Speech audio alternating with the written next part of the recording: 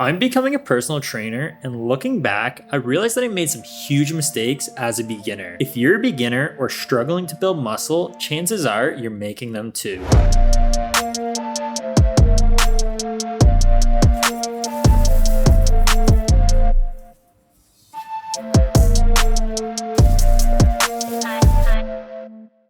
The first mistake I made, and probably one of my biggest, was not eating enough protein. I knew the importance of protein, but I never knew actually how much I needed. All I did to change my diet really in the first 6 months was add a scoop of protein on my way home from the gym. And although this was better than nothing, I definitely wasn't eating enough protein for the first 6 months or even the first year of working out. The optimal amount of protein that you should be eating while you're weight training is 0.7 to 1 gram per pound of body weight. If I had to guess, I probably was around the 0.4, 0.5 mark when I first started lifting. So I definitely wasn't eating enough to put on an optimal amount of muscle. I do recommend tracking your calories and protein intake at some point. However, I know that can be tough when you're first starting out and changing all your habits. It's probably hard enough for you just going to the gym, let alone tracking everything you're eating. AI is definitely making it easier, as nowadays there's apps that you can just take photos of your plate with and it tracks your macros. However, changing your behavior all at once is definitely going to be hard. So what I don't recommend doing to get enough protein in is chugging a bunch of protein shakes and eating a whole bunch of protein bars. That's definitely not the optimal way to get your protein in. That being said, I still eat protein bars and have a couple scoops of protein a day just because that is something that I need to do in order to get my protein up. However, what I also recommend doing is changing your diet. So milk, cheese, meat, fish, anything like that is going to be a high source of protein. So I definitely recommend that if you're not eating a lot of those things right now, to add some of it to your diet. Another good source is like legumes or beans, or even tofu, quinoa, and oats. You're gonna have to eat a lot more of this in order to get as much protein as animal products would give you, but they're definitely like vegan friendly high sources. The other one I like is nuts. However, you got to be careful with this one, especially if you're trying to lose weight, because nuts contain a lot of fat and calories. And if you're eating nuts all the time, you're going to put on a lot of weight. So you definitely want to be mindful of this and limit how much you consume.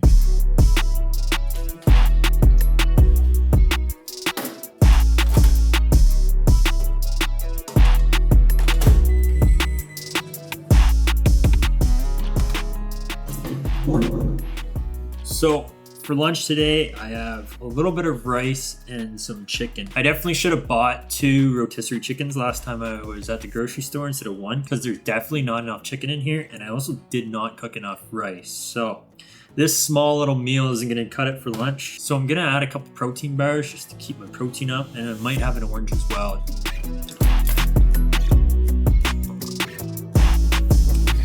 The second mistake that I made was not progressive overloading. When I first went to the gym, I didn't have a routine at all. I would literally just go and wing it. I didn't track my weight. I didn't track my sets. I just did different exercises every time I went and kind of just hoped for the best. Now, thankfully, I only did this for a few months before I got onto a good routine. The truth is, you're not going to make your muscles grow unless you put them through more and more stress every time you go to the gym. Thankfully, after a few months, I realized that this wasn't going to work and that I needed a routine and got onto a workout program. But I definitely missed out on some newbie gains in the first few months of lifting because I didn't have a routine and I wasn't progressive overloading. So in case you don't know, in order to progressive overload, you basically need to lift more weight, more reps, or do more sets every week that you do a certain exercise. Say you do 25 pounds on bicep curls next week at 6 reps. You either want to try to increase the reps next week or increase the weight. And if you can't increase either of those, you can either increase your time under tension, how quick you're doing the exercise, or how many sets you're doing. This is going to put an increased amount of stress on your muscles, which is going to drive them to grow.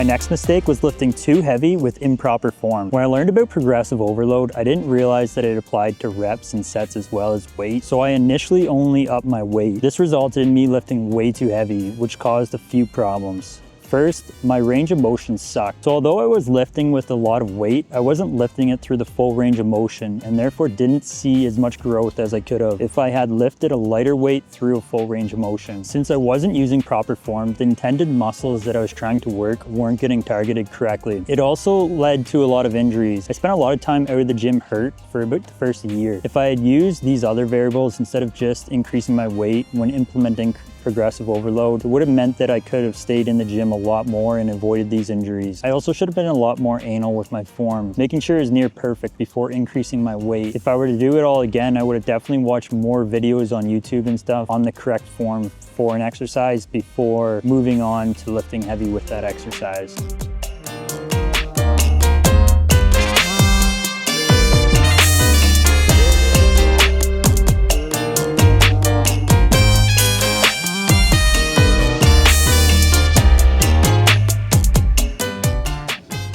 Before I get to the next point, I want to tell you guys about my free fitness accountability group on Discord. We've had a few guys join up recently, which is pretty cool. We'd love to have more in there. The more the merrier. It's a space for everyone to keep each other motivated and crush their fitness goals. So if that sounds like it's of interest to you, it's completely free.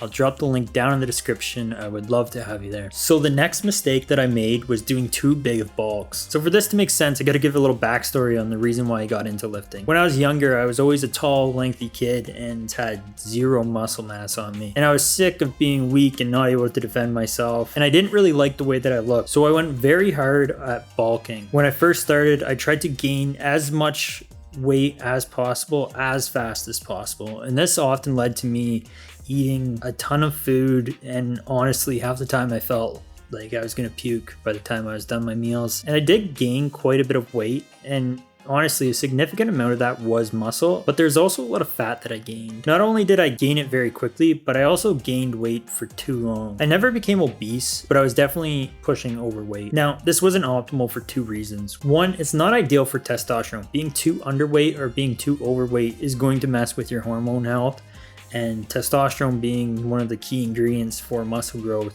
you definitely want to optimize for it. And two, the reason why I did these big bulks is because at the beginning, I thought that's what I needed to do to gain muscle as fast as possible. And honestly, there is some truth to that. However, although you're putting on muscle quickly, you're also putting on fat. And eventually you're going to have to do a cut. And the cut's going to be much longer the more fat you put on. And during the cut, you're not going to be able to gain any muscle, and if you do, it's not going to be a significant amount.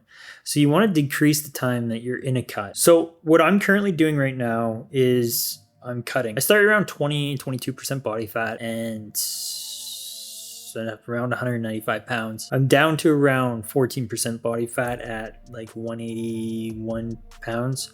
These aren't 100% accurate, especially the body fat measurements. I never did like an accurate measurement of my body fat. I just took a photo of myself and asked ChatGPT how much body fat it thought I had. So my goal is to get down to about 9 to 10% body fat. This way I'm going to look shredded, and it's going to be the lowest body fat percentage that I want to get to, as any more is not going to be sustainable and it's not going to be optimal for hormone health. My plan is once I get to 9 to 10% body fat, I will then bulk. Now this isn't going to be my traditional bulk like I mentioned before, where I put on weight as fast as possible. I'm honestly done with those bulks just because of the reasons I mentioned before. It's going to be a very lean bulk where I'm putting on 0.3 to 0.5 pounds per week. This way I put on muscle. Yeah, I might sacrifice a little bit of muscle growth. However, over the long run, because it will mean I don't have to cut as much, my idea is that I'll still be farther ahead. I'm also not going to bulk as far as I did. Once I see my six-pack fading away, I am going to go back into another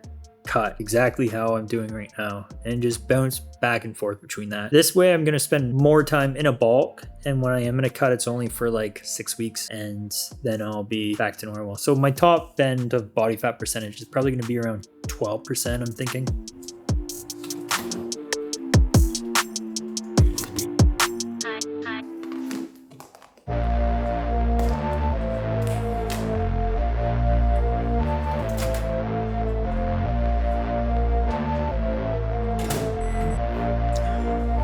For dinner tonight, we got ourselves some rice and a steak. I still have this damn cold that I had in the last video. It's getting a little bit better. I think tonight's going to be better than it was last night. So hopefully by the next time you guys see me, I'm feeling a lot better because I definitely like to be on the top of my game. The next mistake isn't so much a mistake in itself as it is a consequence of mistakes that I was making, but that is that I was always getting injured. As I mentioned earlier, my goal was to put on as much muscle as fast as possible. And this led to me lifting way too heavy with improper form, which I've already talked about, but it also led me lifting too frequently. Instead of starting on like a 3-day program, I jumped right into a 6-day per week push-pull legs program. And this program, although it's effective for people who are experienced in the gym, it wasn't optimal for me. It never gave me enough time to recover, which was a big catalyst for these injuries. I also never took my sleep seriously when I first started training, as I didn't realize the importance of it. Everyone says sleep's good for you, but I never understood why. And a big part of your body growing and